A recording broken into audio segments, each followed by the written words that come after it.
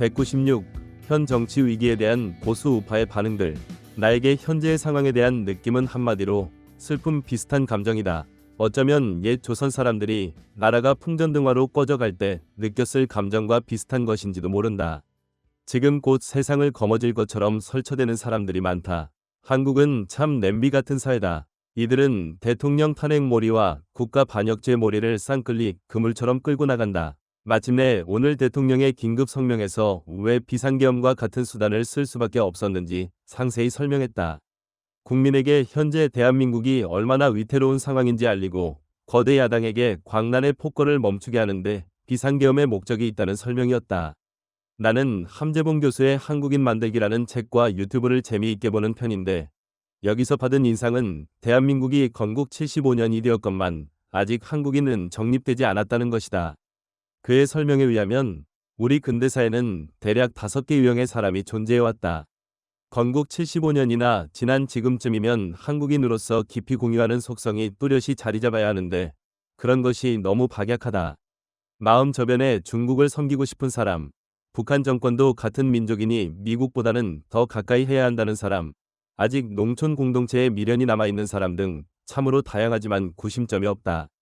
이런 다양성에도 불구하고 기본적으로 근대 국가인 대한민국을 걱정하고 아끼는 마음만 공유한다면 다양성은 역동적인 창조력이 되어 큰 장점이 될 수 있다.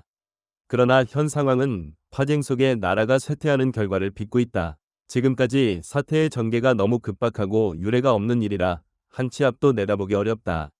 이런 상황은 진실의 순간, 모먼트 오브 트루스를 만들어낸다. 자기가 어떤 사람인지 다 드러난다. 예를 들어 오늘 윤 대통령이 법의 심판을 받아보며 끝까지 싸우겠다고 하니 한동훈은 노심초사, 흥분 상태에 빠졌다. 당대표 방탄에 전력을 집중하는 좌파 야권의 반응은 충분히 예상된 것이지만 진실의 순간을 맞아 이른바 보수 우파라고 평가받는 사람들의 반응이 흥미롭다.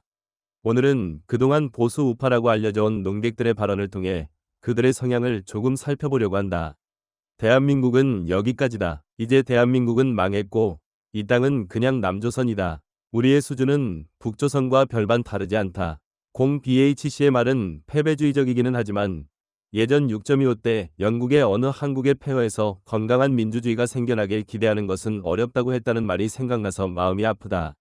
검, 경, 공수처 모두 윤 대통령 신병 확보 경쟁이 붙어있는 상태라 곧 탄핵은 불가피할 것이다.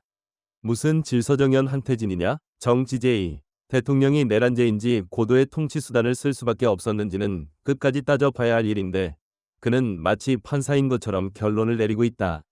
그는 언제부터인가 야당 대표에 대해서는 침묵하면서 오직 여당과 윤 대통령을 비판한다. 지금 7대 강국인 대한민국을 이끄는 사람은 누구냐는 질문을 외국으로부터 받고 있다.